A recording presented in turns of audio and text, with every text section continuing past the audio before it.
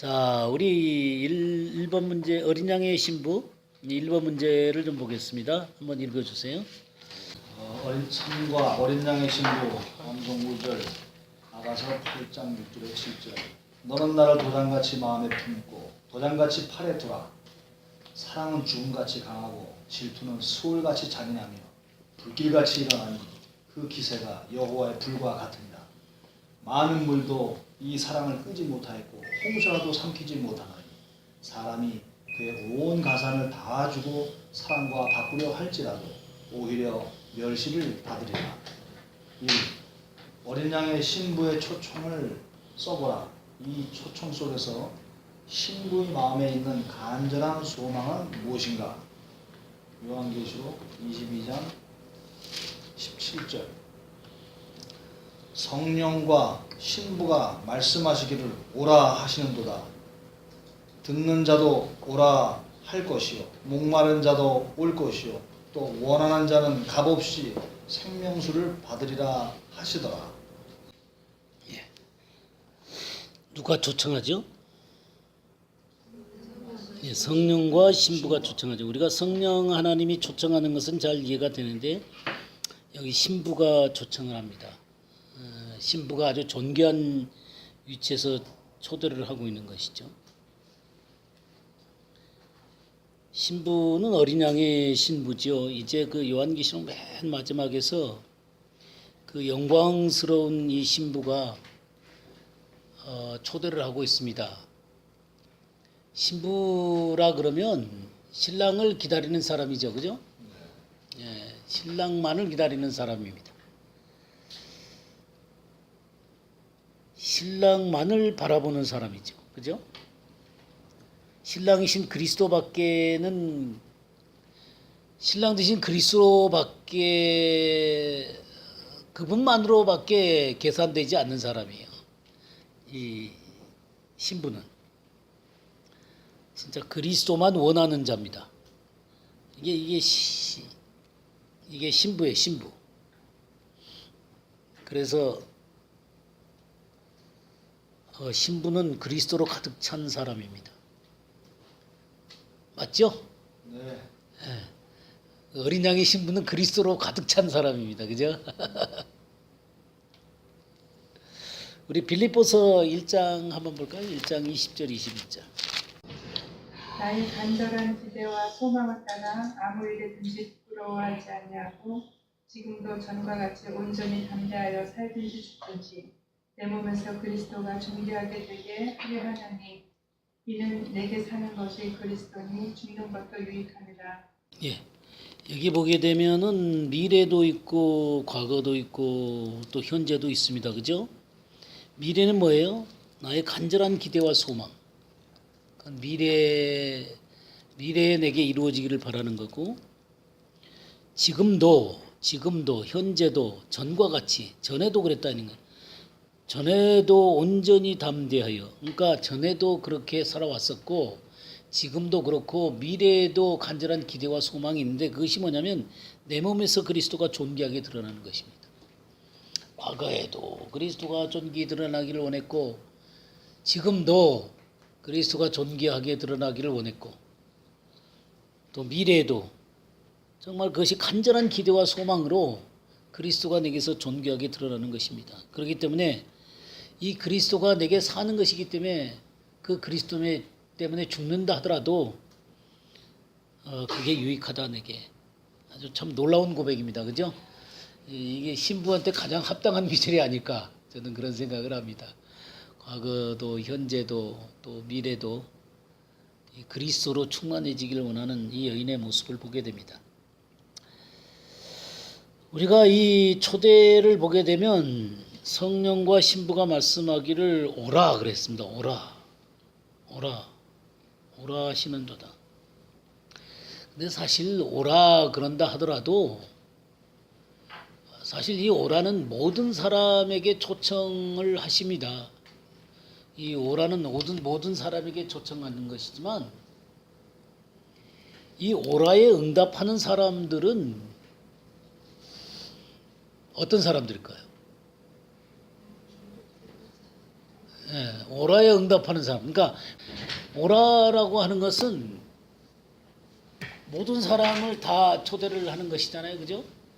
예, 모든 사람들을 다 초대하는 것이지만 이 오라에 응답하는 사람들이 있습니다. 응답하는 사람. 그럼 누가 응답할까요? 올 수 있는 준비가 된 사람이. 예, 우리 요한복음 6장 45절 한번 볼까요? 선지자의 글에 그들이 다 하나님의 가르치심을 받으리라 기록되었은즉 아버지께 듣고 배운 사람마다 내게로 오니라. 예, 누가 와요? 예, 아버지께 듣고 배운 사람마다 내게로 옵니다. 그러니까 하나님의 말씀을 듣고 배운 사람, 그것이 그 속에 적용이 된 사람이죠. 그 사람들만이 옵니다. 그러니까 하나님의 말씀을 소유한 사람들만 와요. 배운다라는 것에 대해서 제가 마데테스 얘기했었죠. 마데테스가 제자예요. 제자인데 마데테스라는 말이 배운다는 말이에요. 배우는 자. 그러니까 제자라는 말은 배우는 자다 이 말입니다. 그러니까 아버지께 듣고 배운 사람. 그러니까 주님의 말씀을 받고 삶에 적용한 사람이죠. 말씀을 간직한 사람들만이 주님께로 옵니다. 그냥 다 올 것 같지만 다 오지 않습니다. 정말 주님께 오는 사람들은 말씀을 듣고 배운 사람들, 말씀을 간직한 사람들입니다. 이런 사람들만이 주님께 옵니다. 그럼 우리가 교회 안에 또 하나님을 안다라고 하는 수많은 사람들이 있는데 이 수많은 사람들이 진짜 주님의 말씀을 듣고 배운 거냐? 이런 부분은 좀 생각해 볼 필요가 있습니다. 그러니까 교회 다니면서 하나님 말씀을 듣습니다. 듣지만 그것을 실질적으로 배운 자처럼 삶에 적용이 되어지지 않는 사람들은 진정한 배움을 갖지 않는 사람들입니다. 그러니까 이 교회의 뜰에는 왔을지 모르지만 진정으로 예수 그리스도에게 온 것이다 라고 말하기에는 어렵습니다. 그러니까 형식적으로 와 있는 것하고 진정으로 하나님의 말씀을 간직한 것하고는 조금 다른 의미가 있죠. 예, 그것을 그 다음에 보게 되면 오라는 도다. 어떤 자도 와요? 듣는 자도 오고 목마른 자도 오고 원하는 자도 값없이 생명수를 받으라 그렇게 했어요. 듣는 자. 그러니까 듣는 자도 마찬가지입니다. 듣는 자다. 우리 요한계시록 2장과 3장에 보게 되면 뭐가 나오죠? 7교회가 나오죠. 예, 7교회가 나와요. 7교회에 대한 얘기를 하시고 나서 주님이 각 교회들마다 똑같은 말씀을 하세요. 2장 7절 한번 볼까요? 2장 7절. 이기는 자는 성령이 교회들에게 하시는 말씀을 들을지어다. 이기는 그에게는 내가 하나님의 낙원에 있는 생명나무의 열매를 주어 먹게 하리라. 예, 귀 있는 자는 성령이 교회들에게 하시는 말씀을 들을지어다.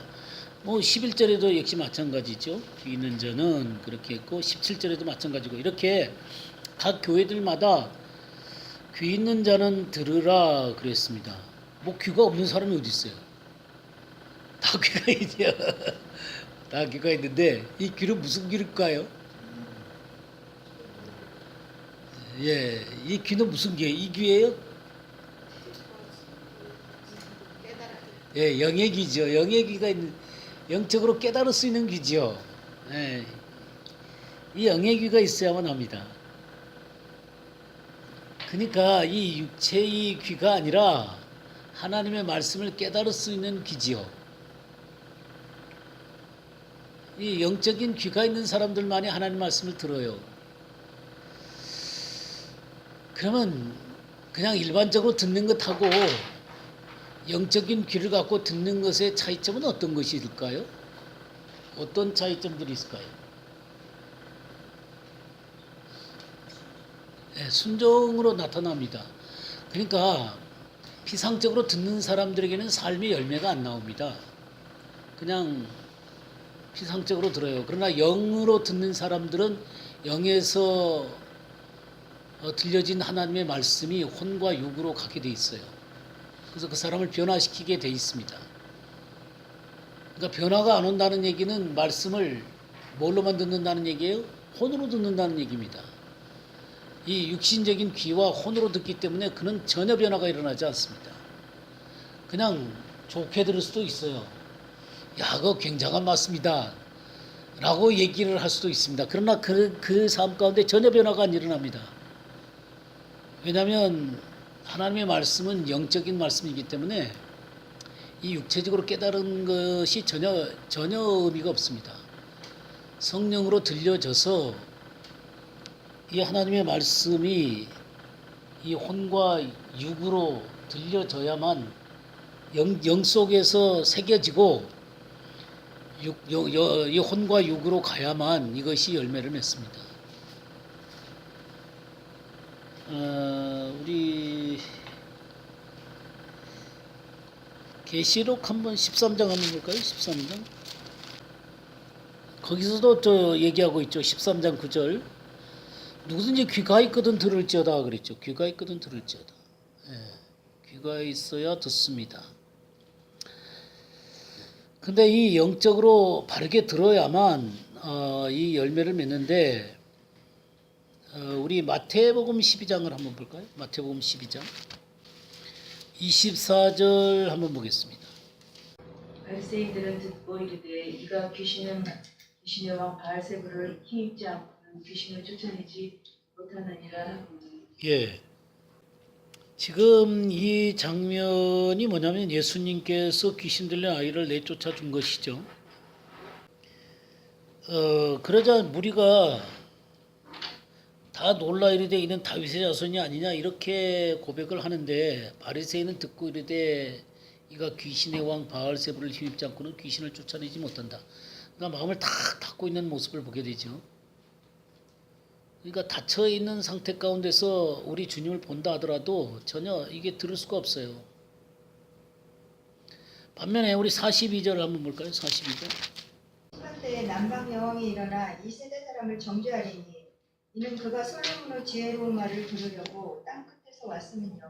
솔로몬보다 더 큰 이가 여기 있느니라. 예, 이 남방 여왕은 솔로몬한테 하나님의 말씀을 들으려고 이 지혜로운 말을 들으려고 저기 땅 끝에서부터 와가지고 이 간절하게 하나님의 말씀을 받습니다. 근데 사실 주님은 솔로몬보다 더 크신 분이거든요. 그러니까 그분의 말씀을 듣고도 어떤 사람들은 이렇게 깨닫지를 못합니다. 왜냐하면 영적으로 듣고 있지 못하고 영의 귀가 없기 때문이죠. 이 영의 귀가 없는 사람은 들을 수가 없어요. 아까 하나님에게 듣고 배운 사람들만이 주님께로 온다 그랬죠. 이렇게 영적인 귀가 닫혀 있는 사람들이 있습니다. 그런데 우리가 요한복음 5장 한 번 더 보죠. 5장 24절 25절을 한번 보겠습니다. 내가 진실로 너희에게 이르노니 내 말을 듣고 또 나 보내신 이를 믿는 자는 영생을 얻고 심판에 이르지 아니하노니 사망에서 생명으로 얻으느니라. 진실로 너희에게 이르노니 죽은 자들이 하나님의 아들의 음성을 들을 때가 오나니 곧 이때라. 듣는 자는 살아나리라. 예, 듣는 자는 살아나리라 그랬죠.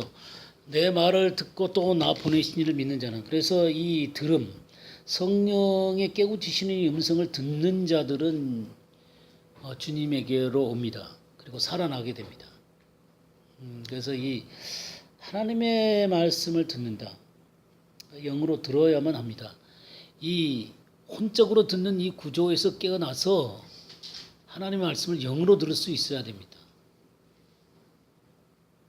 이 영으로 들을 수 있어야 돼요. 그런 사람들에게는 이 말씀이 살아서 역사를 합니다. 그러나 혼의 구조 가운데 계속 듣고 있는 사람들, 그냥 이런 사람들은 말씀이 그냥 못 듣는 게 아니라 말씀을 듣지요. 말씀을 들어도 그 내면 가운데 하나님의 영으로 역사를 하지 못합니다. 그냥 혼적으로 표면적으로 이해를 할 뿐이에요. 표면적인 이해. 표면적인 이해는 그 사람을 전혀 변화시키지 못합니다. 그러니까 왜 많은 사람들이 설교를 듣는데 어떤 사람들은 그 설교를 듣고도 변화가 되는데 어떤 사람은 변화가 안 되는 것들을 보게 돼요. 왜냐하면 들으면서 정말 영으로 그 말씀을 받고 그 삶의 그 내면 속에서 그 말씀이 그 성령과 더불어 적용이 되어져서 그 사람이 내면적인 변화가 일어나면서 삶으로 변화가 일어나게 되거든요. 근데 이 말씀을 듣는데 혼으로만 들어요. 혼으로만. 그러니까 이 귀로만 듣습니다. 그러니까 전혀 마음의 열매를 안 맺어요. 말씀 참 잘한다. 말씀 참 왜 저렇게 말씀을 저렇게 전하나. 뭐 이렇게 이제 판단도 하고 이런저런 얘기 합니다만은 그러나 전혀 그 말씀이 그에게 유익되지 못합니다. 우리가 그래서 말씀을 전하는 사람도 성령을 통해서 전해야 되고 받는 사람도 영적인 귀를 가지고 들으셔야 됩니다. 그렇지 않으면 하나님의 말씀이 어서 와요. 하나님의 말씀이 전혀 그 사람에게 유익이 되지 못합니다. 왜 이스라엘 사람들이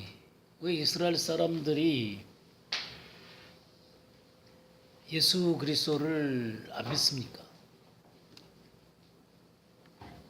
이스라엘 사람들이 하나님의 말씀을 듣지 않는 게 아니잖아요. 그죠? 하나님의 말씀을 보지 않는 게 아니란 말이에요. 근데 왜 이스라엘 사람들에게 예수화가 감추어져 있어요? 주님이 그렇게 했잖아. 이 성경을 너희가 성경에서 영생을 얻는 줄 알고 이 성경을 상고하거니와 이 성경이 나에 대해서 기록한 것이라 그랬단 말이에요. 그 당시에 그 성경은 구약 성경이에요. 예수님이 말씀할 때 요한복음 5장 39절에서 이 성경에서 영생을 얻는 줄 알고 성경을 상고하거니와 이 성경이 나에 대해서 증거한다 그랬단 말이에요. 그러니까 구약 성경이 예수 그리스도를 증거하는 거예요. 그러니까 구약 성경을 통해서 예수 그리스도를 못 보는 사람들은 성경 읽는 맛을 진짜 모르는 겁니다. 구약 성경에 그래서 이제 어떤 분이 그런 얘기를 했어요. 성경의 모든 골짜기를 봐도 그리스도라는 샘물이 나온다. 그렇습니다. 구약 성경. 그러니까 뭐 율법 가운데 그냥 성막에 대해서 얘기를 해도요. 뭐 성막 속에 그리스도가 얼마나 감추어져 있는지 몰라요. 그러니까 우리가 구약 성경 속에서 그리스도를 알아야만 하죠. 알아야만 합니다. 그래서 이 이스라엘 백성들의 눈이 감겨 있기 때문에 그러는 거예요. 귀가 막혀 있기 때문에. 우리가 그런 구절, 이사야 6장 9절 말씀 한번 볼까요? 6장 9절 10절. 여호와께서 이르시되 가서 이 백성에게 이르기를 너희가 듣기는 들어도 깨닫지 못할 것이요 보기는 보아도 알지 못하리라 하여 이 백성의 마음을 둔하게 하며 그들의 귀가 막히고 그들의 눈이 감기게 하라. 염려하건대 그들이 눈으로 보고 귀로 듣고 마음으로 깨닫고 다시 돌아와 고침을 받을까 하노라 하시기를. 예, 여기 듣기는 들어도 깨닫지 못한다 그랬어요. 귀가 막혀 있다. 그러니까 이 귀가 막혀 있는 것이죠. 그래서 이 듣는다. 그러니까 듣는 자도 오라 할 것이요 할 때 이 듣는 자는 영적인 귀가 열려 있는 자들입니다. 그냥 아무나 오는 게 아니에요. 그러니까 지금 이 초청을 할 때 듣는 자는 오라 그래. 듣는 자는 영적인 귀가 있는 사람만이 올 수가 있어요. 그 다음에 목마른 자도 올 것이요 그랬죠. 목마른 자. 네, 목마른 자. 이것은 단순히 뭐 육체적인 목마름이 아니죠. 영의 목마름입니다. 영의 목마름. 하나님으로 채워져야 될 목마름이에요. 하나님으로 채워야 될 목마름. 이 목마름은 바로 팔복의 마음을 갖고 있는 사람이에요. 팔복의 마음을 갖고 있는 사람이 목마른 사람이에요. 그러니까 간절히 하나님으로밖에 채워질 수 없는 그런 사람이죠. 우리 마태복음 5장 6절 한번 볼까요? 마태복음 5장 6절. 의에 줄이고 목마른 자는 복이 있나니 그들이 배부를 것이며. 예, 의에 줄이고 목마른 자는, 그러니까 하나님의 의에 줄인 것이죠. 인간의 서로 그 도토리 키재기 같은 의 말고, 그러니까 인간의 의라는 게 아무리 의롭고 아무리 악해도 그건 도토리 키재기가밖에 안 되는 거예요. 근데 여기에 의는 하나님의 의를 얘기하고 있습니다. 하나님의 의에 대해서 목이 마른 거예요. 그러니까 영원한 의지요. 인간이 정말 자기의 이 의미 없음, 또 절망스러운 것 속에서 그것에서 참다운 의미와 그리고 참다운 소망으로 이끌어줄 수 있는 하나님의 의지요. 이런 것에 대한 갈증을 갖고 있는 사람이죠. 이 목마름에 대한 갈망을 갖고 있습니다.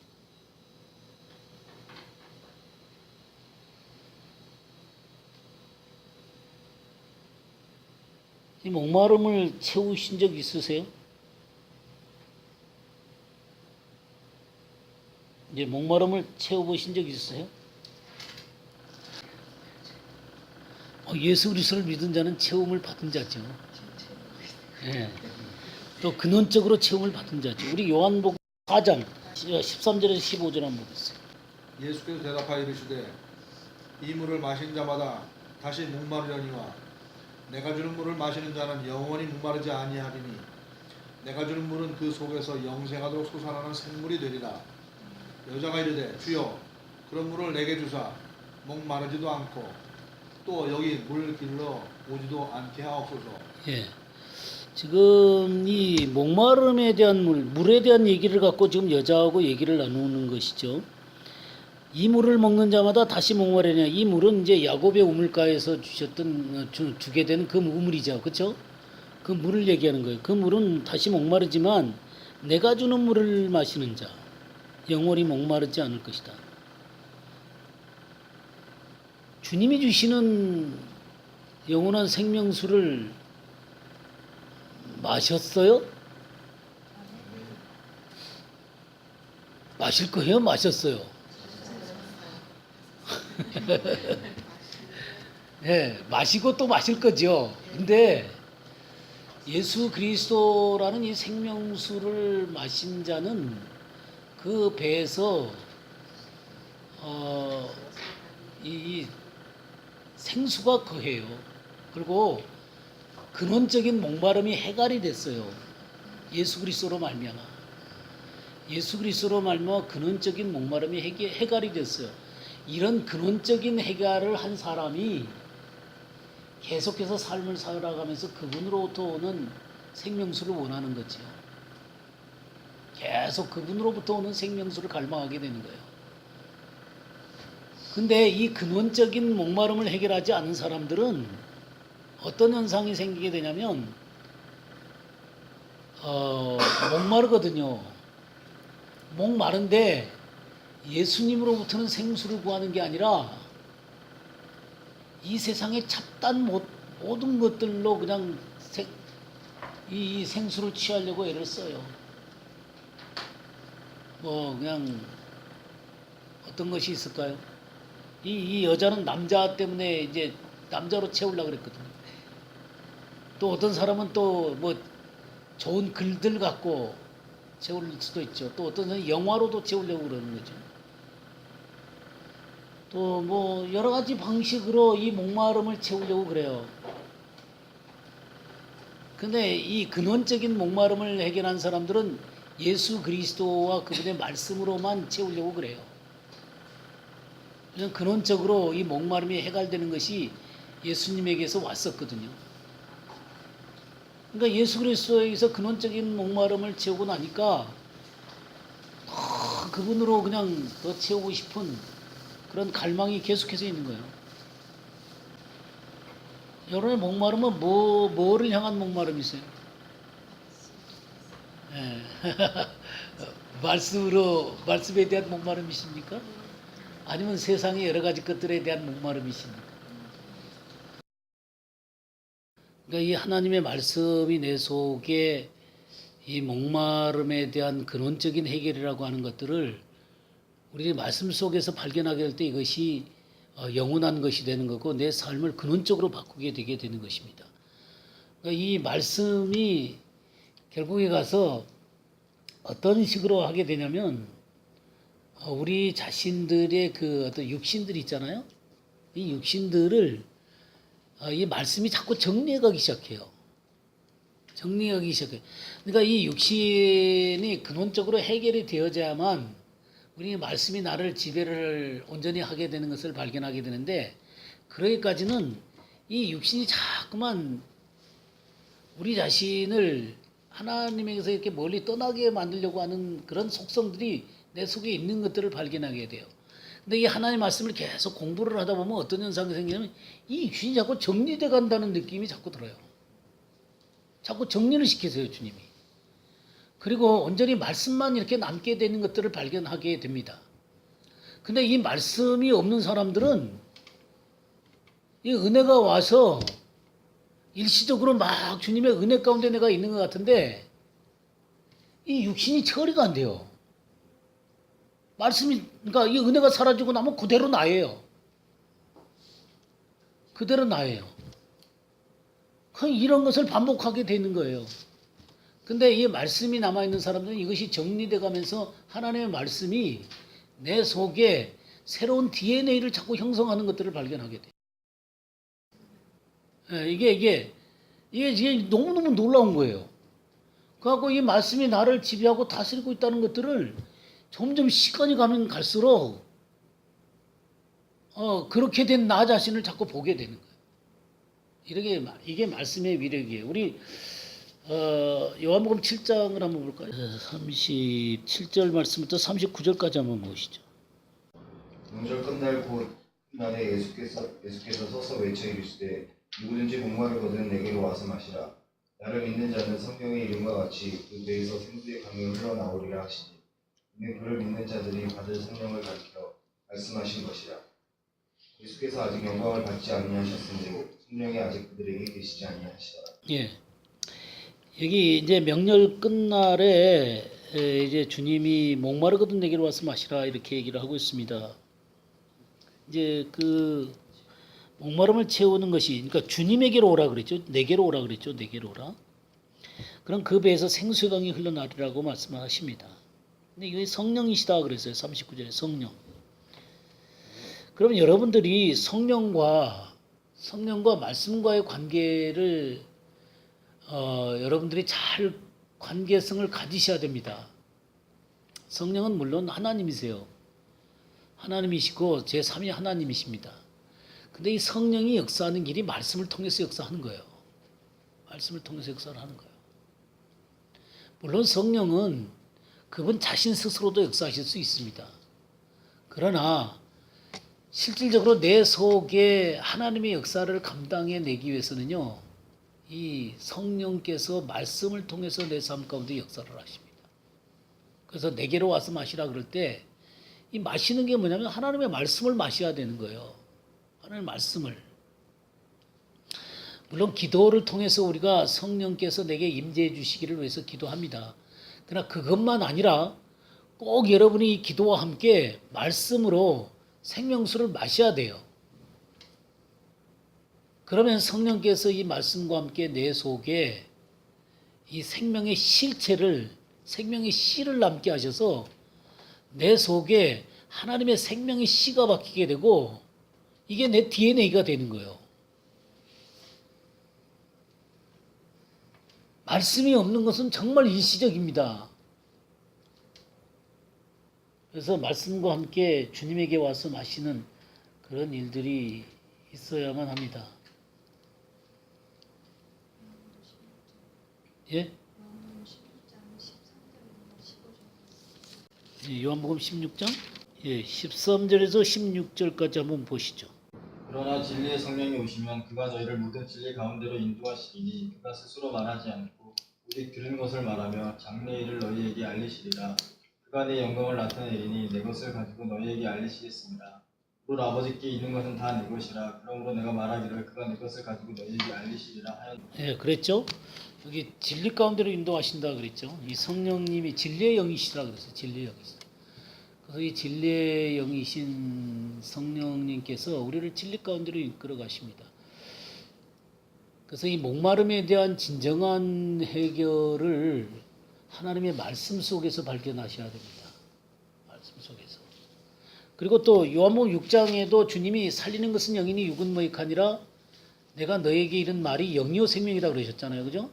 요한복음 6장 63절에. 그래서 그 주님의 말씀 자체가 영이요 생명이다 그랬어요. 영이요 생명이다.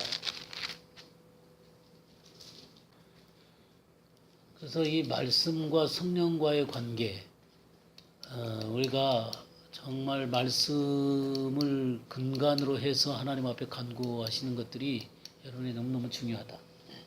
그러니까 목마름에 대한 문제. 그래 이 목마름에 대해서 우리 이사야 55장을 한번 보시죠. 이사야 55장 1절에서 3절까지 한번 읽어주시기 바랍니다. 너희 목마른 자들아 물로 나아오라. 돈 없는 자도 오라. 너희는 와서 사먹되 돈 없이 값없이 와서 포도주와 젖을 사라.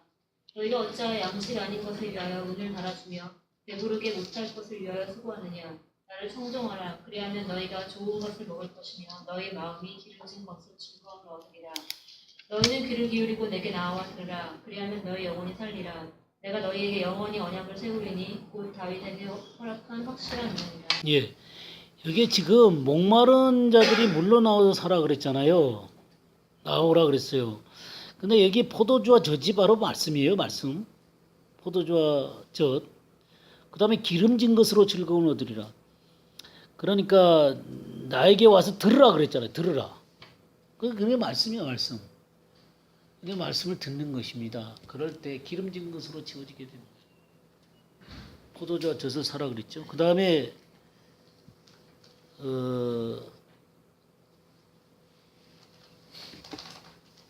6절에서 11절도 한번 읽어주세요.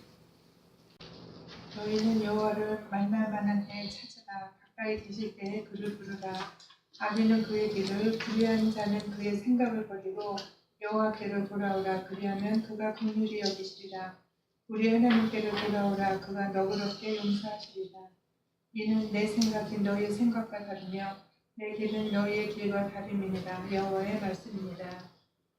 이는 하늘이 땅보다 높음 같이 내 길은 너희의 길보다 높으며 내 생각은 너희의 생각보다 높음이니라.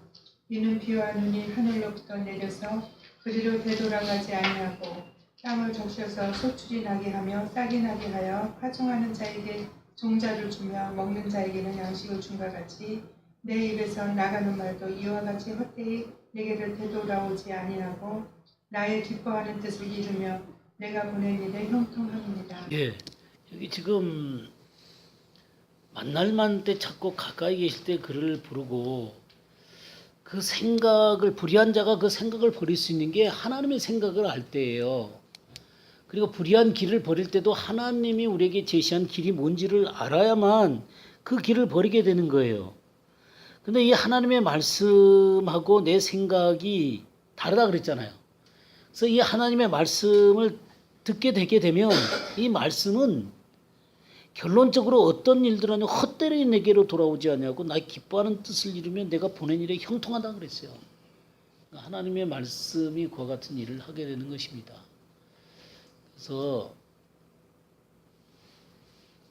이 목마른 자들이 와서 근원적인 해결은 하나님의 말씀을 들을 때다.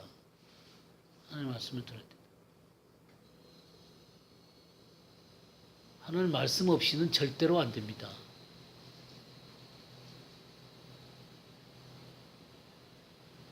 덮어놓고 믿어서는 안 돼요. 이렇게 덮어놓고 믿어, 여기 열어놓고 믿으셔.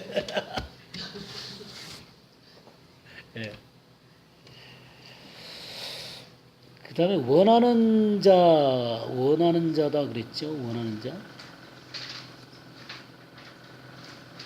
원하는 자는 값없이 생명수를 받으라. 원하는 자. 이게 스스로 원해야 될 거 아니에요. 그죠? 내가 그 말씀 가운데서 진짜로 생명수를 원한다라고 하는 마음이 있어야 될 거 아니에요. 그죠?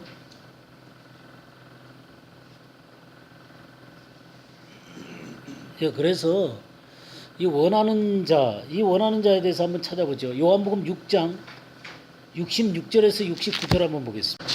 그때부터 그의 제자 교회가 많은 사람이 소망하고 다시 그와 함께 다니지 아니하더라. 예수께서 12제자에게 이르시되 너희도 가르치라.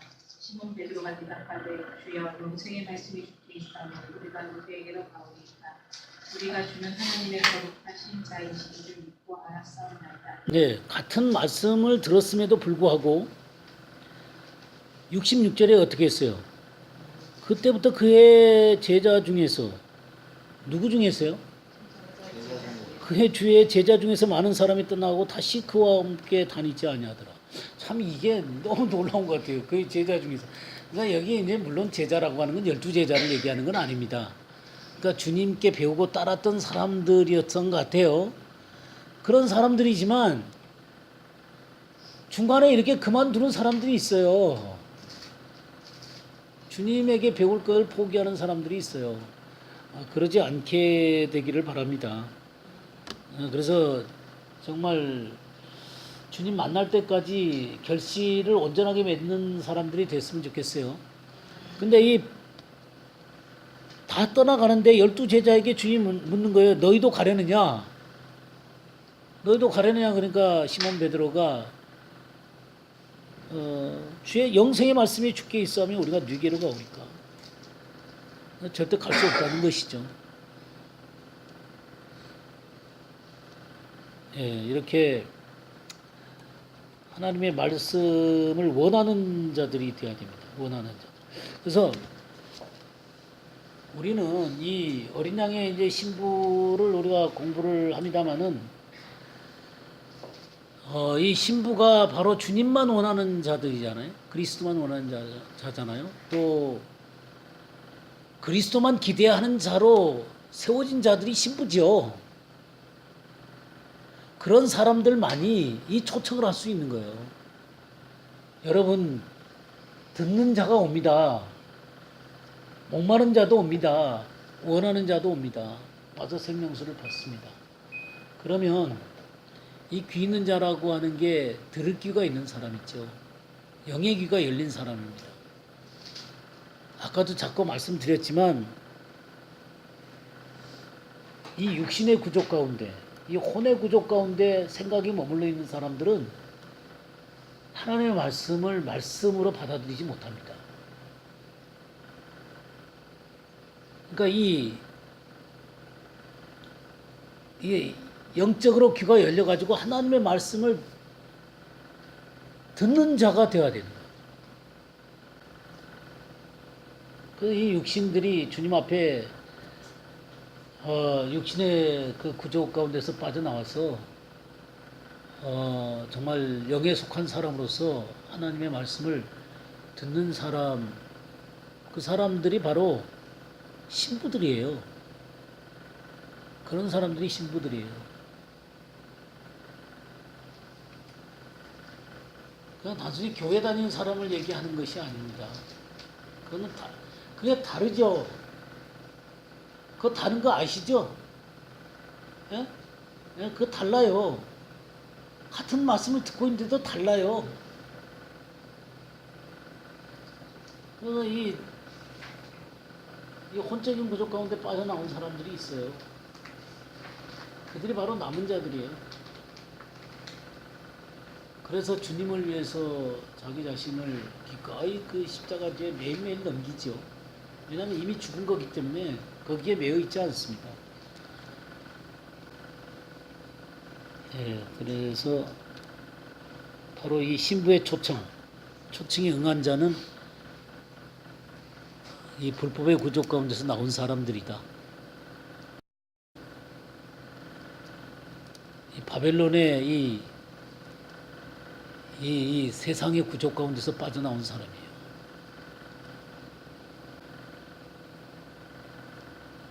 그러니까 이 사람들이 광야로 갈 수 있는 거죠. 그죠? 예. 그래 이런 사람이니까 광야로 갈 수 있는 거예요. 예. 이제 더 부직이한테 더 양육받으러 가는 거예요. 예. 우리 계시록 18장 18장 4절 한번 보시죠. 또 내가 들으니 하늘로부터 다른 음성이 나서 이르되 내 백성아 거기서 나와 그의 죄에 참여하지 말고 그가 받을 재앙들을 받지 말라. 예, 바벨론에서 빠져나오라는 거죠. 예. 또 내가 들으니 하늘로부터 다른 음성이 나서 이르되 내 백성아 거기서가 뭐예요? 거기서가 어디예요? 예, 바벨론이죠. 여기 바벨론. 이 18장 바벨론에 대한 얘기니까. 거기서 나와 그의 죄에 참여하지 말고 그가 받을 재앙들을 받지 말라. 음령에서 나오라는 것이죠. 음령에서 나오라. 하나님의 말씀을 변조시키는 그 속에서 나오라는 거예요. 하나님의 말씀을 육신의 구조 가운데 타협하고 있는 자들에게서 나오라는 거예요. 하나님의 말씀을 어떻게 전해야 돼요? 있는 그대로 단순하게 전해야 돼. 그러니까 우리가 고린도 후서 11장 3절에 뱀이 그 관계로 하와를 미혹한 것 같이 너희 마음이 그리스도를 향하는 진실한 것 깨끗함에서 떠나 부패할까 두려워하노라. 여기 지금 진실한 것 깨끗함에서 떠나 부패할까 두려워하노라. 이 진실한 것 깨끗함을 킹 제임스에게서는 이 simplicity라고 그랬어요. 그러니까 단순성. 단순함에서 떠나 부패할까 두렵다 그랬어요. 그냥 주님의 말씀을 단순하게 믿으세요. 어린 아이처럼 믿으셔야 돼요. 어린 아이처럼 믿는 거예요. 세상의 이 구조와 이 욕망의 구조와 적당히 타협시킨 하나님의 말씀을 굉장히 지혜롭게 전하는 것처럼 들리지만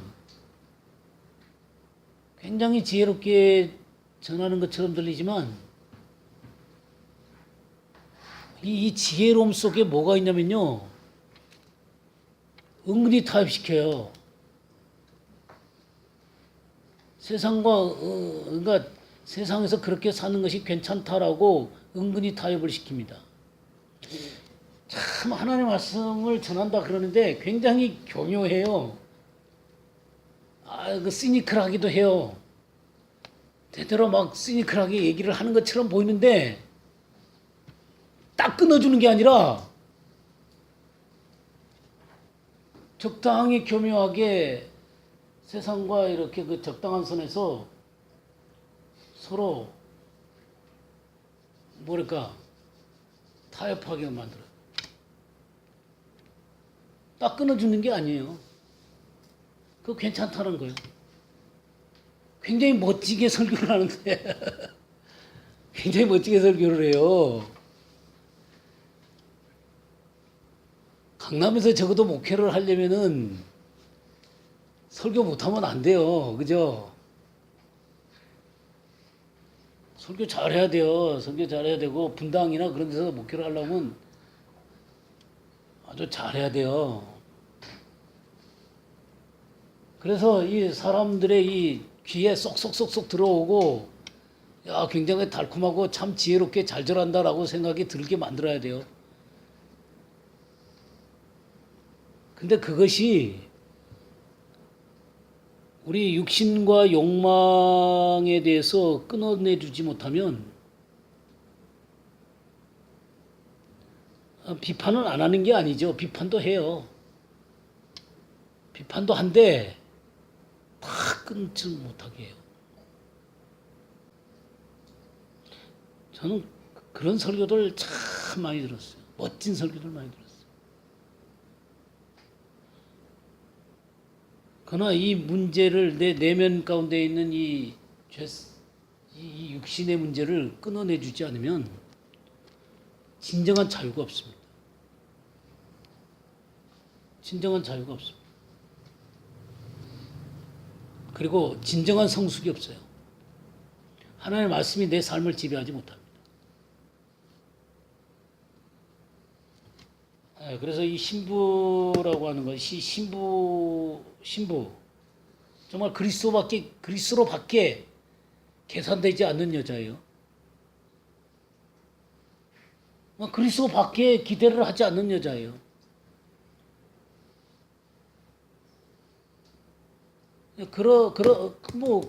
그것밖에는 남은 게 없는 여자예요. 이게 신부죠.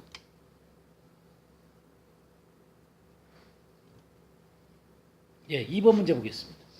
가정형의 신부는 누구인가? 하나님은 누구에게 장가든다고 표현하는가? 호세아서 2장 11절에서 20절 말씀. 장가들의 영원히 내 공의와 정의와 은총과 긍휼히 여김으로 내게 장가들며 진실함으로 내게 장가들리니 내가 여호와를 알리라. 나는 누구예요? 하나님이죠. 너는 누구예요? 이스라엘이죠. 이스라엘. 하나님이 이스라엘에게 내게 장가들어서 영원히 살되 공의와 정의와 은총과 긍휼히 여김으로 내게 장가들며 진실함으로 내게 장가들리니 내가 여호와를 알리라. 그러니까 하나님이 이스라엘 백성들과 결혼했다는 것이죠. 그죠? 결혼한다는 것이죠. 근데 여기에 지금 이 호세아서에 나타난 이스라엘은 참 많이 타락한 여자입니다. 타락한 여자예요. 우리 2장 1절에서 7절까지 한번 읽어주세요. 너희 형제에게는 암미라 하고 너희 자매에게는 루아마라 하라. 너희 어미와 장문하고 증언하라. 저는 내 아내가 아니요 나는 저의 남편이 아니라. 저로 그 얼굴에서 음란을 제하게 하고 그 이방 사이에서 음행을 제하게 하라. 그렇지 아니하면 내가 저를 벌거벗겨서 그 낮은 날과 같게 할 것이요 저로 강해같이 되게 하며 마른 땅과 같이 되게 하며 목말라 죽게 할 것이며 내가 그 자녀를 긍휼히 여기지 아니하리니 이는 저희가 음란한 자식들이니라. 저희 어미는 행음하였고 저희를 배웠던 자가 부끄러운 일을 행하였나니 대저 저가 이르기를 나는 나를 연애하는 자들을 따르리니 저희가 내 떡과 내 물과 내 양털과 내 삶과 내 기름과 내 술들을 내게 준다 하였느니라. 그러므로 내가 가시로 그 길을 막으며 담을 쌓아 저로 그 길을 찾지 못하게 하리니 저가 그 연애하는 자를 따라갈지라도 미치지 못하며 저희를 찾을지라도 만나지 못할 것이라. 그제야 저가 이르기를 내가 본 남편의 길을 돌아가니 내 형편이 지금보다 나았으니라 하리라. 예, 지금 하나님을 남편으로 알고 있는 이 이스라엘이 그 음란함을 행함으로 말미암아 그 다른 자들을 찾는 것이죠. 그렇게 찾으니까 하나님이 그 길을 막아요. 담을 쌓고 그 길을 찾지 못하도록 막 여러 방법으로 막아요. 왜냐하면 사랑하니까.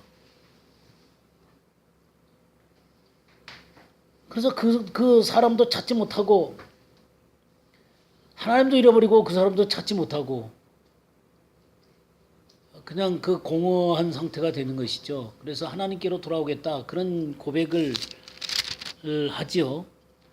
그런 고백을 해도 또 찾고 그러는 게 이 이스라엘이에요. 우리 8절에서 13절까지 좀 더 읽어주시기 바랍니다. 곡식과 새 포도주와 기름은 내가 저에게 준 것이요 저희가 바알을 위하여 쓴 은과 금도 내가 저에게 더하여 준 것임을 저가 알지 못하는도다. 그러므로 그 시절에 내가 내 곡식을 도로 찾으며 그 시기에 내가 내 새 포도주를 도로 찾으며 또 저희 벌거벗은 몸을 가리울 내 양털과 내 상을 빼앗으리라. 이제 내가 그 수치를 그 연애하는 자의 눈앞에 드러내니 저를 내 손에서 건져낼 사람이 없으리라. 내가 그 모든 희락과 절기와 월삭과 안식일과 모든 명절을 다 해하겠고 저가 전에 이르기를 이것은 나를 연애하는 자들이 내게 준 값이라 하던 그 포도나무와 무화과나무를 거칠게 하여 수풀이 되게 하며 들 짐승들로 먹게 하리라.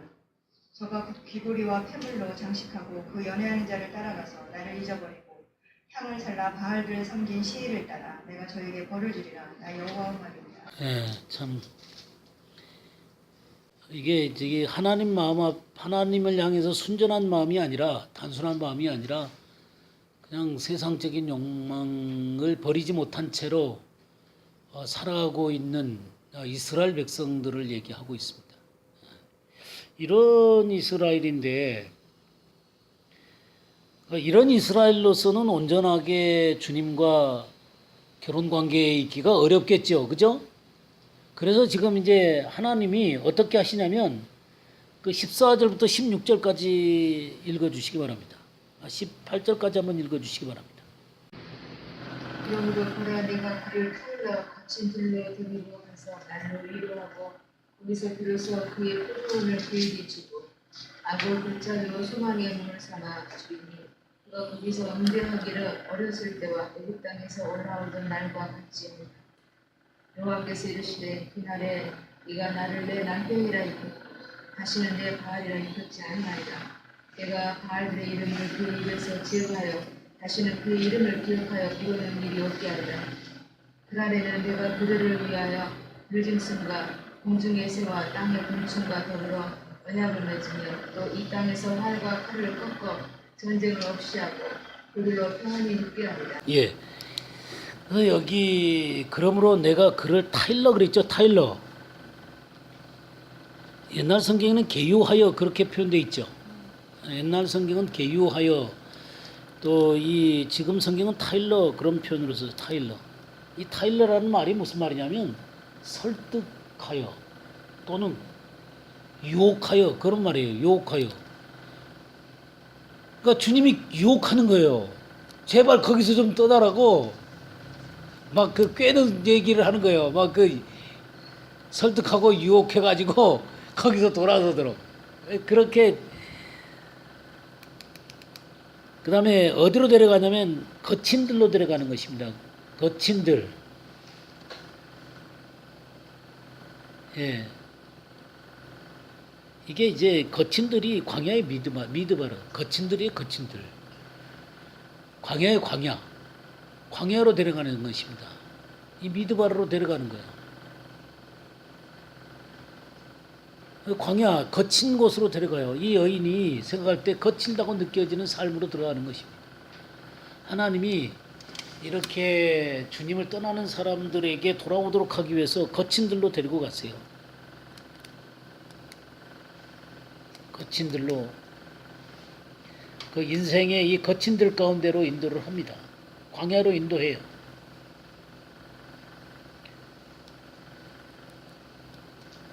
하나님이 광야로 인도하는, 그러니까 환난 가운데로 데리고 들어가는 것이죠. 환난 가운데로 데리고 들어가는 거예요.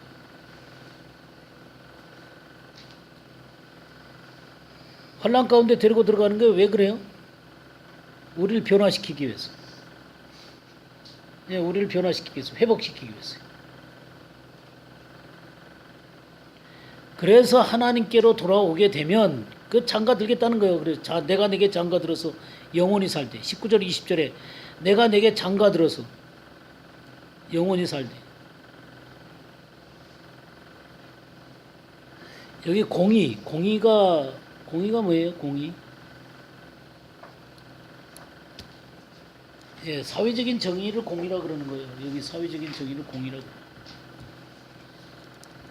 사회적인 정의를 공의라 그러고 그 다음에 정의 그랬지. 정의. 이 정의는 의의 의. 제데카. 예, 의의 의. 의. 우리가 말하는 개인적인 의의 의. 하나님 안에서 얻어지는 의를 얘기하는 거예요. 그러니까 하나님의 의인데 내가 얻는 의를 얘기하는 거예요. 그래서 이게 의와 은총, 헤세드. 그러니까 은총과 긍휼. 여러분 은총과 긍휼의 차이를 아세요? 은총과 긍휼의 차이. 아까 제가 지금 저기 그 공의, 미시파트하고 정의, 이 제데카에 대해서 차이를 얘기했죠. 그러니까 이 공의는 사회적인 이렇게 그 정의라면 이 뒤에 이 정의 제데카는 하나님의 의를 얘기하는 거예요. 개인적으로 얻는 의를 얘기하는 거예요. 그러니까 그런 차이점이 있어요. 그러면 이 은총과 긍휼 어떤 차이가 있겠어요? 네요. 이 은총이라고 하는 것은 받을 자격이 없는 자에게 베풀어 주는 거예요. 하나님의 놀라운 선물들을 베풀어 주는 거예요. 다들 자격이 없는데도 베풀어 주는 거예요. 긍휼은 뭐냐면 마땅히 심판을 해야 되는데도 심판하지 않는 거예요.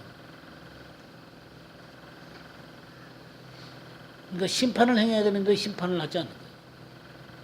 자격 없는 자에게 베풀어 주는 것을 은총이라고 얘기한다면 긍휼은 그냥 때려 부셔야 되는데 안 하고 참아주시는 거예요. 그러니까 이런 공의와 정의와 은총과 긍휼의 여김으로 내게 장가들겠다. 참. 그래서 회복시키겠다는 것이죠. 회복시키겠다. 이 회복의 모습에 대해서 21절에서 23절을 한번 보시겠습니다. 여호와께서 이르시되 그날에 내가 응답하리라. 나는 하늘에 응답하고 하늘은 땅에 응답하고 땅은 곡식과 포도주와 기름에 응답하고 또 이것들은 이스라엘에 응답하리라. 내가 나를 위하여 그를 이 땅에 심고 긍휼히 여김을 받지 못하였던 자를 긍휼히 여기며 내 백성 아니었던 자에게 향하여 이르기를 너는 내 백성이라 하리니 그들은 이르기를 주는 내 하나님이시라 하리라 하시니라. 예, 여기에 하나님은 어디에 응답해요? 21절. 하늘에 응답하죠. 하늘은 어디에 응답해요? 땅에 응답해요. 땅은 또 뭐에 응답해요? 포도주와 기름에 응답하고. 그러니까 하나님으로부터 내려오는 은총이 하늘에도 땅에도 그리고 그거 하는 모든 것 속에서도 이 은총이 내려오는 것들을 발견하게 돼요. 그리고 또 그 내 백성이 되겠다 해서 완전한 회복을 또 하시는 것들을 보게 됩니다. 그러니까 이렇게 주님과 함께 연합되어져서 이 결혼의 관계 가운데 들어가게 될 경우에 이 결혼의 관계 가운데 들어가게 될 때 그 하나님으로부터 오는 하나님이 하늘에서 땅에 내가 하는 모든 일들 속에 그분의 은총이 내려오는 것들을 보게 돼요. 그리고 하나님과의 진정한 관계성이 너는 내 백성이 될 것이다. 관계성이 완전히 회복되는 것들을 보게 됩니다. 이게 결혼 관계죠. 결혼 관계. 그러니까 아내는 남편의 모든 것을 누리게 되는 것이죠. 그죠? 그러니까 하나님의 아내가 되는 이스라엘이 만약 하나님과 온전한 관계로 회복이 되어지게 되면 하나님의 것들을 다 누리게 되는 것입니다. 하나님이 이혼 증서를 써주셨나요? 성경에 이혼 증서가 나오죠. 예? 이혼 증서가 나와요. 이혼 증서가 한번 볼까요? 우리 예레미야 3장 한번 볼까요? 예레미야 3장. 예, 3장 8절 한번 봐주시기 바랍니다. 내게 배역한 이스라엘이 간음을 행하였으므로 내가 그를 내쫓고 그에게 이혼서까지 주었을 때 그의 반역한 자매 유다가 두려워하지 아니하고 자기도 가서 행음함을 내가 보았노라. 네, 여기 이스라엘한테 이혼서까지 내줬어요. 이혼서까지. 야, 네가 정말 그렇게 나 싫으면 가라. 그래 이혼서까지 내주셨어. 그 유다한테는 안 내줬어요. 그 이스라엘 북쪽 이스라엘한테 내주고 남쪽 유다한테는 안 내줬어요. 우리 이사야 50장 한번 볼까요? 50장 1절을 한번 읽어줘. 나 여호와가 이같이 말하노라. 내가 너희의 어미를 내보낸 이혼 증서가 어디 있느냐? 내가 어느 체주에게 너희를 팔았느냐? 보라, 너희는 너희의 죄악으로 말미암아 팔렸고 너희의 어미는 너희의 배역함으로 말미암아 내보냄을 받았느니라. 예, 그러니까 이혼 증서가 어디 있냐고 물으세요. 그러니까 뭐냐면 이혼 증서를 줬다라고 하는 것, 그리고 그거는 니네들이 하도 니네들 죄 때문에 그런 것이지 진정으로 하나님의 마음 가운데 이들을 이혼 증서를 내준 게 아닙니다. 이혼 증서를 내준 게 아니에요.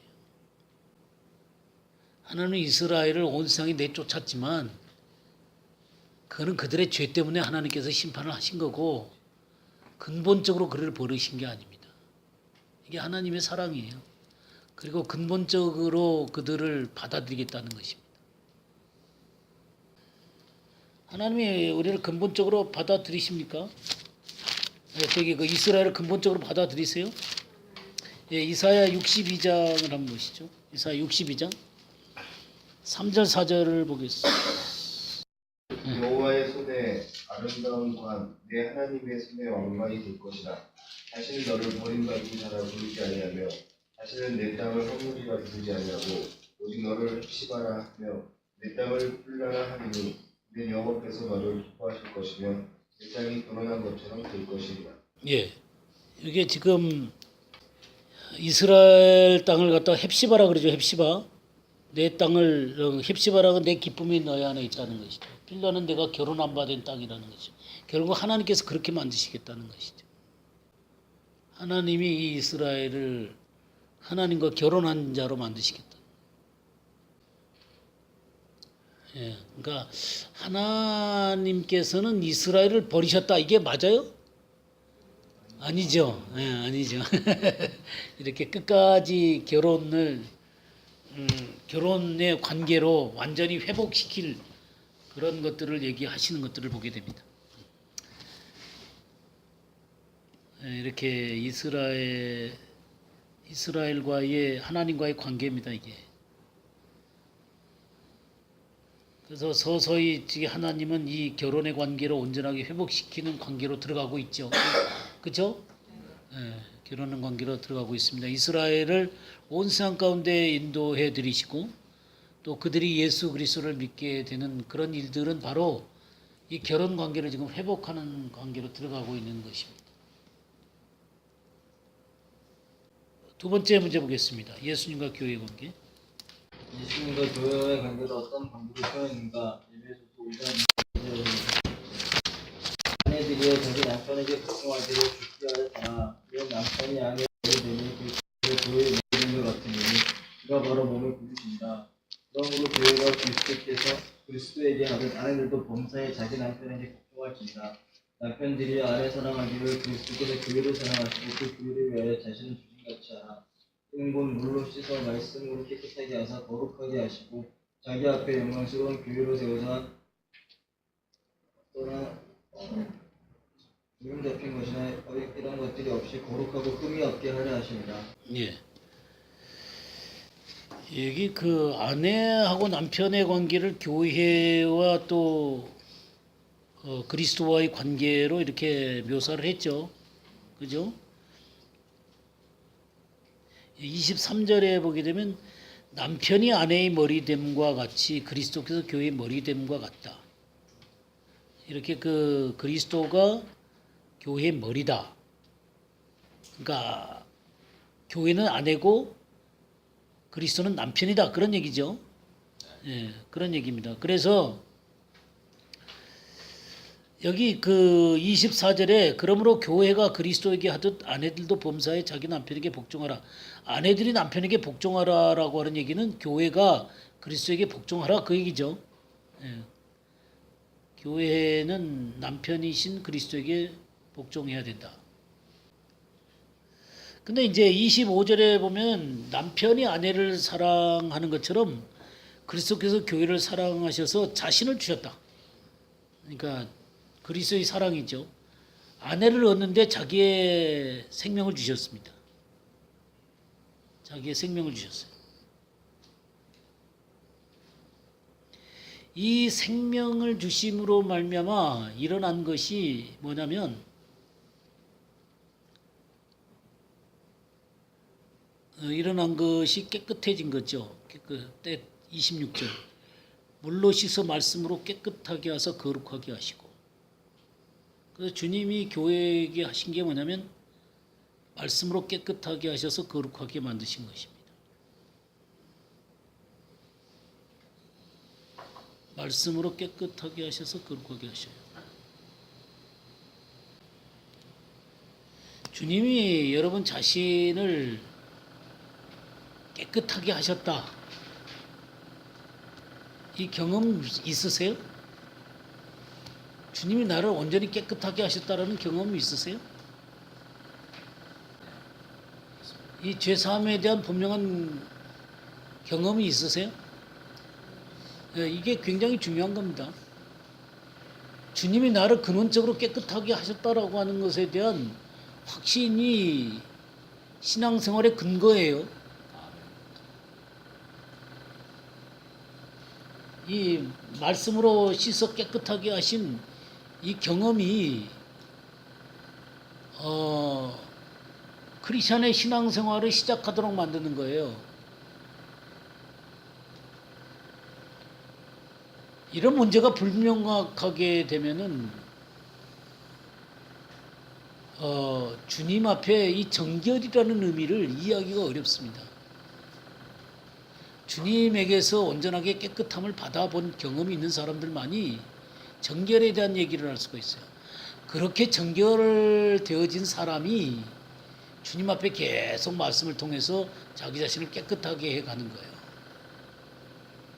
이 육신을 철회해가면서 깨끗하게 해가는 거예요. 근데 이거 똑 떨어진 경험도 없는 사람들은 주님 앞에서 이 죄사함에 대한 경험부터 하셔야 돼요. 그렇게 해서 그 죄사함의 경험을 하는 사람들이 자기 육신이 이렇게 떨어져 나가고 점점 더 거룩한 자리로 나아가게 되는 것이죠. 어쨌든 이렇게 깨끗하게 하는 것입니다. 그렇게 해서 27절에 뭐라 그랬어요? 영광스러운 교회로 세운다. 영광스러운 교회. 이 영광스러운 교회가 바로 신부예요. 이 영광스러운 교회가 바로 신부입니다. 여기 티나 주름 잡힌 것이 없다 그랬는데요. 티가 뭐냐면 5점이에요. 5점. 주름 잡힌 것? 주름 잡힌 게 뭐냐면요. 얼굴에 주름이에요. 얼굴에 주름. 여자분들이 얼굴에 주름이 있으면 어떻게 돼요? 좀 그렇죠. 뭐 나이가 들면 어쩔 수 없이 주름이 생기지만 어쨌든 이것은 이 주름이라고 하는 거는 얼굴을 이렇게 상하게 보이도록 만드는 게 주름이에요. 근데 우리가 그리스도를 만나게 되면 우리 얼굴에 주름이 펴지는 게 아니라 우리 인생 자체에 이렇게 주름이 접혔던 것들이 이게 펴지는 거예요. 이 오점들이 깨끗해지고 이 삶에 이 주름 잡혔던 것들이 펴지는 것입니다. 그렇게 해서 어떻게 해요? 거룩하고 흠이 없게 만드세요. 거룩하고 흠 없이 만드세요. 비난받을 것이 없는 자로 만드세요. 비난받는 것이 없는 자로 만들 뿐만 아니라 하나님의 영광을 얻어요. 하나님의 영광을 얻습니다. 하나님의 영광을 얻는다는 얘기는 그리스도의 형상이 내 속에서 나타나요. 그리스도의 형상이 나타나십니다.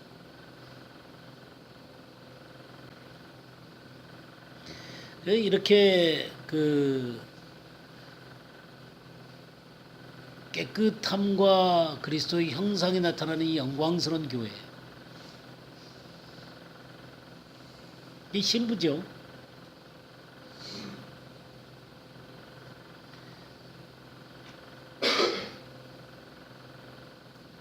근데 이게 순종이라는 말 있잖아요. 순종이라는 말의 의미가 아래에서 듣는다는 말이에요. 그리스도께 순종한다 그럴 때 순종이라는 게 아래에서 듣는 거예요. 경청하는 거예요. 이런 모든 것들이 경청 속에서 오는 거예요. 하나님의 말씀을 듣는 데서 오는 거예요. 그래서 지금 우리가 1번, 2번 문제를 보면 1번은 하나님이 이스라엘과 결혼한다 그랬고 2번은 그리스도는 교회하고 결혼하고 그러면 따로따로 결혼하는 거예요? 아니죠. 우리가 이 삼위일체 하나님을 이해해야 되겠죠, 그죠? 예, 성부 성자는 뭐 똑같은 분이시죠, 그죠? 그러면 이스라엘과 교회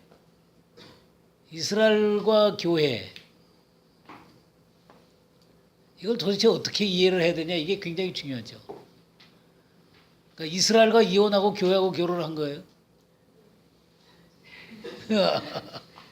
이스라엘과 이혼하고 교회가 결혼했다는 게 뭐예요? 이게 바로 대체주의 신학이에요. 예, 이스라엘하고 이혼하고 교회하고 결혼한 게 이게 대체주의 신학이에요. 그러니까 이스라엘이 버림을 받았으니까 교회가 그 이스라엘이 가지고 있는 모든 특권과 축복을 받았으니까 대체한 거니까. 그와 그 말이 그 말이에요. 이스라엘하고 이혼하고 이제 교회가 결혼했다. 이게 이제 그거라면은 이제 온전한 하나님은 그 하나님의 성경 속에서의 가르침은 이스라엘과 결혼은 영원한 것이죠. 그럼 교회하고 결혼은 뭐예요?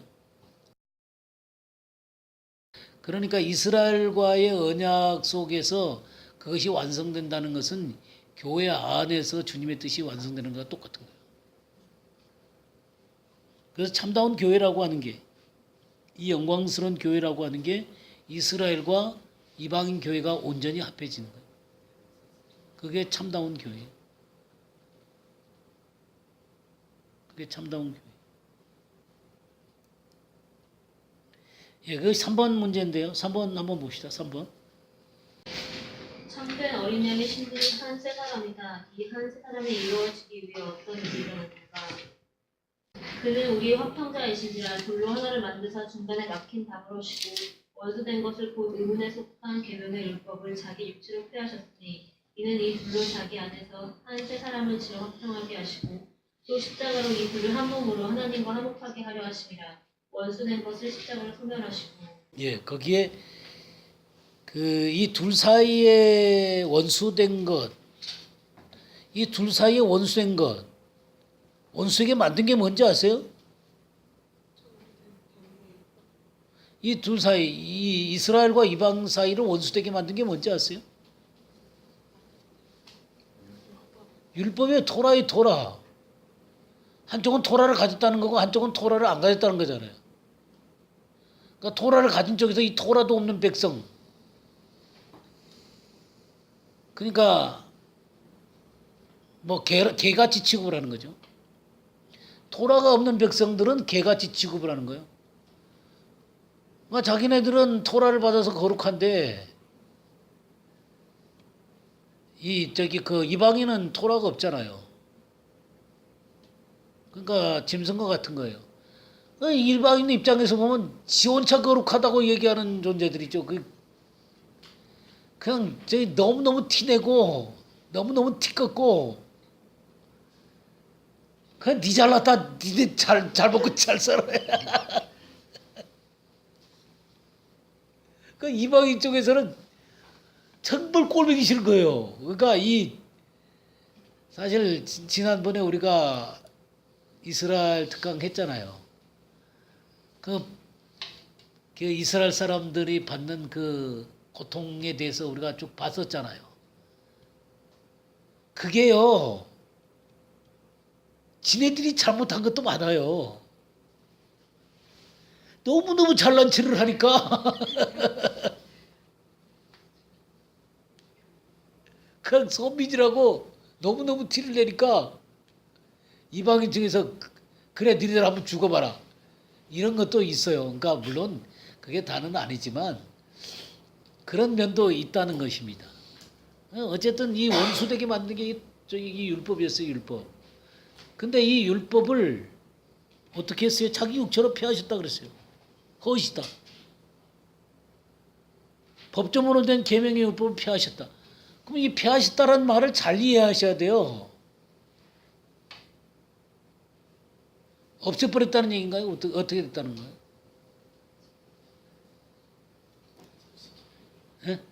예, 완성시켰다 그 말이에요. 완성시켰다는 얘기예요. 완성시켜서 율법이 더 이상 요구를 하지 못하도록 만들어 놓으셨다는 얘기예요. 그래서 이방인들도 율법을 온전히 지킨 것처럼 인정해 주시는 거예요. 그게 의롭다라는 거예요. 그리고 그리스도 안에서 완전히 하나가 되게 하시는 거예요. 율법을 대하면 원수가 되는 거예요. 근데 예수님은 율법을 어떻게 했어요? 완성하셨죠.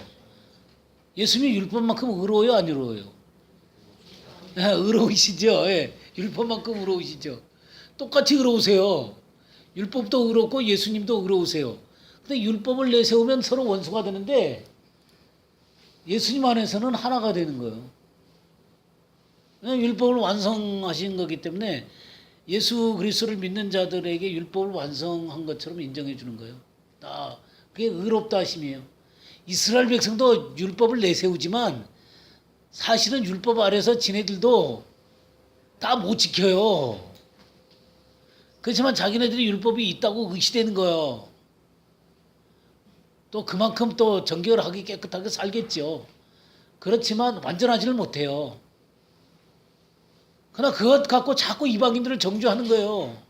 율법도 없는 자식들. 토라도 없는 백성들. 개같이 되는 거예요. 근데 그리스도 안에서 그게 완성이 돼가지고 먼데 있는 이방인들도 예수님 믿고 가까이 나오고 가까이 있는 이스라엘 백성들도 예수님 믿고 가까이 나와서 그 안에서 한 세 사람이 되는 거예요. 여기 한 세 사람이라 그랬죠. 한 세 사람. 그래서 이 한 몸으로 하나님께 나가게 되는 거예요. 바로 이 한 세 사람. 그러니까 이 그리스도 안에서 하나가 된 사람. 구약에서도 이스라엘과 장가드시고 신약에서도 교회를 신부로 삼으시고 이 둘이 그리스도 안에서 어떻게 되는 거예요? 한 세 사람이 되는 거예요. 이게 영광스러운 교회예요. 이게 바로 그 그리스도의 신부예요. 온전한 신부. 그러니까 이런 것들을 정말 그리스도의 십자가를 바르게 이해하면 절대로 대체주의에 들어갈 수가 없어요. 그러니까 율법을 완성하신 이 십자가를 바르게 알면 절대로 대체주의 가운데 들어갈 수가 없어요. 그러니까 율법을 어떻게 보면 문제가 되냐면 이 율법을 그냥 율법을 통해서 하나님께로 간다고 얘기하게 되면 그렇게 되면은 이제 대체주의가 되는 거예요. 그러니까 이 대체주의 입장에서 보면 율법을 자꾸 주장하게 되면 너네들은 자기도 의롭게 완전하게 살지도 못하면서 자꾸 주장하는 사람들이니까 니네들은 하나님한테 끊어졌다는 거예요. 그러니까 니네들은 가치가 없다는 거예요. 니네들이 율법을 주장하지만 진정으로 율법을 완성하신 그리스도를 거부를 하니까 니네들은 하나님한테 끊어진 자들이라는 거죠. 맞지요, 그건. 그건 맞죠.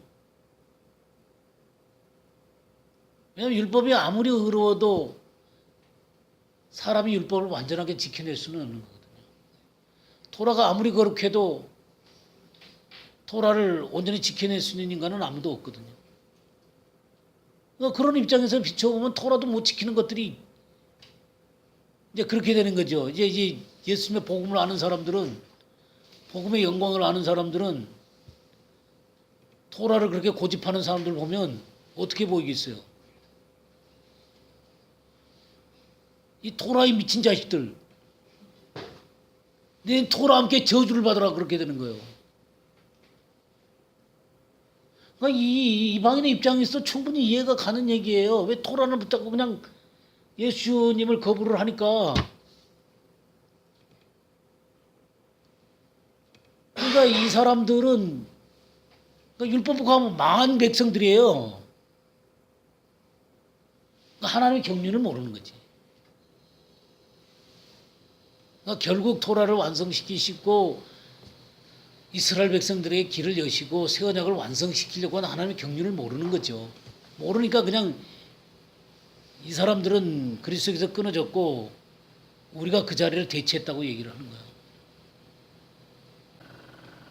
그러나 이제 정말 하나님의 경륜을 아는 사람들은 일시적으로 그러니까 그들 가운데 먼저 복음이 그들 가운데 전해졌고 예수 그리스도를 그들이 먼저 믿었고 교회가 먼저 그들 가운데 형성이 된 거잖아요. 성령이 그들 가운데 임하셨고. 근데 이방인을 위해서 잠시 끊어진 거죠. 이방인들이 복음을 듣고 나니까 이제 이스라엘이 온전하게 민족적으로 회개될 날이 기다리고 있는 것이죠.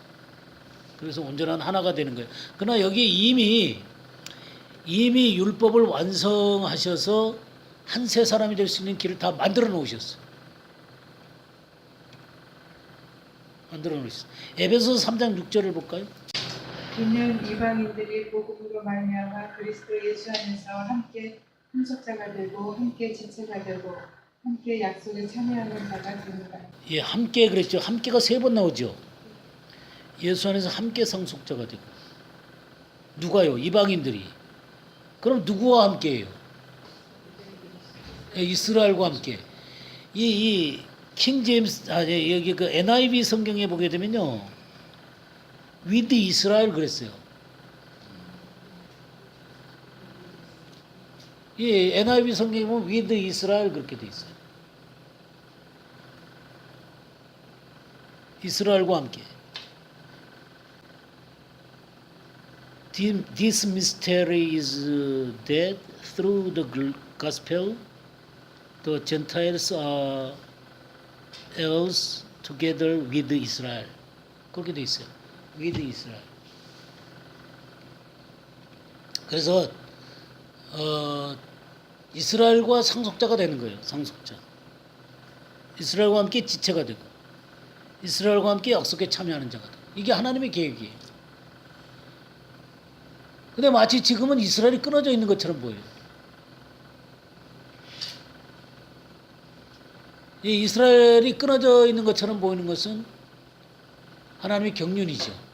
이방인들이 하나님 안에 들어오도록 하나님이 잠시 참 가지들을 잠시 얼마간 꺾어놓은 거예요. 얼마를 꺾어놓은 거예요. 이 온 이스라엘 이제 이방인의 충만한 수가 들으면 온 이스라엘이 구원을 받겠죠. 그렇게 하나님은 그런 놀라운 계획을 갖고 계세요. 그 바로 이 한 세 사람이 신부다. 어린 양이 신부다. 우리 에베소 2장 17절 이하를 15절부터 보면요. 거기 한 세 사람 그랬죠. 한 사람 원유맨이죠. 그러면 16절을 보게 되면 한 몸 그랬죠. 한 몸. 원바디. 18절에 보게 되면 이는 그로 말미암아 우리 둘이 한 성령 안에서 아버지께 나감을 얻게 하려며 한 성령 그랬죠. 원 스피릿. 원 스피릿이에요. 그 다음에 19절을 보게 되면 성도들과 동일한 시민. 원 시티즌이에요.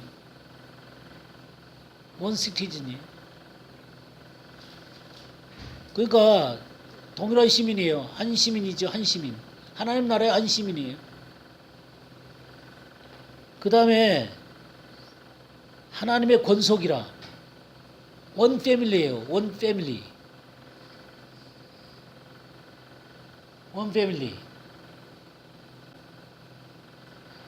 그리고 21절에 그 아래서 건물 받아 서로 연결하여 주 안에서 성전이 들어가고 이게 홀리 템플이에요. 그러니까 원 템플이에요. 원 템플. 한 성전이에요. 한 성전. 그러니까 여기에 지금 동일하다는 개념들이 쫙 나오고 있는 것들 보게 돼요. 하나라고 하는 게. 예, 그러니까 한 세 사람, 한 몸, 한 성령, 한 시민, 예, 한 시민, 원 시티즌. 그 다음에 하나님의 권속, 원 패밀리, 원 패밀리, 킹덤 패밀리가 되는 거예요. 킹덤 패밀리. 그 다음에 원 템플, 홀리 템플. 그러니까 한 성전이 되는 거예요. 한 성전. 그리고요. 4장을 좀 더 볼까요? 4장. 4장 4절 보면요. 몸이 하나요. 원바디죠. 원바디. 성령도 한 분이시다. 원 스피릿. 이와 같이 너희가 부르심이 한 소망. 원 호흡이죠. 원 호흡. 한 소망이 뭐예요? 한 소망. 예, 천국에 대한 소망이고 또 한 소망이라고 하는 것은 하나님이 바라보시는 비전, 하나님이 바라보시는 경륜 이런 게 한 소망이죠. 우리가 바라보는 소망이죠. 그게 뭐예요? 완전한 하나님 나라예요. 완전한 하나님 나라. 원 킹덤. 원 킹덤. 그러니까 부르심의 한 소망. 우리들의 부르심의 한 소망, 원 킹덤. 맞습니까? 예? 이스라엘이 바라보는 킹덤하고 이방인이 바라보는 킹덤이 다릅니까? 달라요? 같죠? 근데 마치 다르게 보죠? 이스라엘을 어떻게 봐요? 이스라엘 사람들이 어떻게 봐요? 예, 자기네 나라가 완전해지는 게 완전해가고 온 세상을 다스리는 것을 자기 하나님의 킹덤으로 봐요. 그러니까 그건 한계가 있는 거죠. 이방인들은 또 어떻게 봐요? 교회만 또 킹덤이라 그러는 거예요. 그러니까 이게 온전한 킹덤이 아니에요. 이스라엘과 이방인이 정말 그리스도 안에서 한 세 사람이 되는 완전한 원 킹덤으로 이루어져야 되는 거예요. 이게 바로 정말 그 한 소망이에요. 그렇게 믿으십니까? 아멘. 예? 야, 이걸 봐야 돼요. 이게 성경에서 이거를 봐야지. 진짜 성경에서 하나님이 이 이스라엘을 선택하셔서 결국 그 교회까지 그리고 저기 세계 선교가 이루어지고 이 이스라엘의 민족적인 회개가 이루어져서 완전한 하나님의 뜻이 하늘에서 이루어진 것처럼 땅에서 이루어지는 이거를 봐야지 하나님의 경륜 전체가 다 이해가 되는 거예요. 이게 바로 뭐하고 같은 거냐면 창세기 12장 한번 보겠어요. 창세기 12장 1절에서 3절 한번 보겠어요. 여호와께서 아브라함에게 이르시되 너는 너의 고향과 친척과 아버지의 집에 떠나 내가 내게 보여줄 땅으로 가라. 내가 너로 큰 민족을 이루고 내게 복을 주어 내 이름을 천대하게 하니 너는 복되리라. 너를 축복하는 자에게는 내가 복을 이루고 너를 저주하는 자에게는 내가 저주하리니 땅의 모든 족속이 너로 말미암아 복을 얻을 것이라 하시니라. 네, 이 말씀을 이루는 거예요. 그러니까 아브라함을 갈대아 우리에서 불러내시잖아요, 그죠? 불러내가지고 내가 내게 지시할 땅으로 가라 그랬어요. 가는 중요한 이유가 뭐냐면 바로 이스라엘을 만드시겠다는 거예요. 너 큰 민족을 이루겠다는 거예요. 그리고 너를 복을 주겠다는 거예요. 이스라엘로 복되게 하겠다는 거예요. 근데 그것만 하면 이스라엘을 세우겠다는 것이 되겠지만 3절에 뭐라 그랬어요? 너를 축복하는 자에게 내가 복을 내리고 너를 저주하는 자에게 내가 저주하리. 땅의 모든 족속이 너로 말미암아 복을 얻을 것이다. 그러니까 이스라엘만 복되게 하려고 그런 게 아니라 땅의 모든 족속이 복을 얻게 하려고 하는 거예요. 이게 처음부터 아브라함을 부를 때부터의 계획이 있어요. 이게 아브라함을 부를 때부터의 계획이 있어요. 나 사실 이거는요. 아브라함을 부를 때부터의 계획이 아니라 아담에게서 하와를 만들 때부터의 계획이세요. 아담의 갈비뼈에서 이 하와를 만드셨을 때부터 참 좋으셨다 그랬잖아요. 그죠? 그때부터 하나님은 내 신부를 가져야 되겠구나라고 생각하신 거예요. 그래서 창세기 1장에서 신부가 나오잖아요. 1장 2장에서 신부가 나오잖아요. 죄 없는 장에서. 계시록 21장 22장에서 신부가 또 나와요. 이 아담의 신부인 하와가 나오지만 21장 22장 어한계시록 21장 22장에는 어린 양의 신부가 나오는 거예요. 어린 양의 신부가. 이게 주님이 그리신 마지막 그림이죠. 그래서 이 어린 양의 신부, 이 어린 양의 신부를 잘 이해하시고 어린 양의 신부로서 내 자신이 사셔야 되는 거예요. 어린 양의 신부로서 산다는 것은 바로 이스라엘과 나와 하나가 되어야 된다는 것을 의미하는 거고요. 그거 오해하지 마세요. 이스라엘과 내가 하나가 된다는 얘기는 내가 이스라엘 사람이 된다는 얘기가 아니에요. 어떤 사람은 그렇게 이해를 하기 때문에 이게 문제가 되는 거예요. 갖고 자꾸만 유대화 하려고 그래. 우린 죽었다 깨어나도 유대화 안 돼요. 우린 뼛속 깊이 이방인들이에요. 은혜로 구원받은 사람들이지. 그러면 이 이스라엘이 그렇게 율법 가운데서 그들이 거룩한 삶을 영위하고 그렇게 살았다 하더라도 우리 속에 이 우상 숭배와 이 죄성들이 뼛속 깊이 있다 하더라도 우린 그리스도 때문에 의를 얻은 사람이라고요. 하나님의 의를 얻은 사람들. 이스라엘도 마찬가지예요. 그 그리스도 안에서 우리가 서로 만나는 거예요.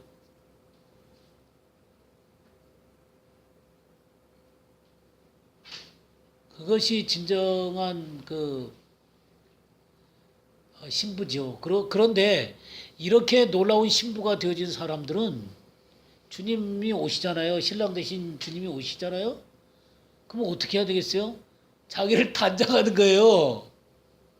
신부가 단장도 안 하고 신랑을 어떻게 맞이해? 뭘로 단장하는 거예요? 세마포옷으로 단장하는 거예요. 깨끗한 세마포옷으로 단장을 하는 거예요. 이 단장을 해야죠. 이 신랑 오는 것을 기름도 준비하고 단장도 하고 신랑이다 그런데 기름 없다고 기름 사러 가다가 문 닫혀버리고 우리는 그렇게 그 단장을 하셔야 됩니다. 이게 그리스도의 신부다.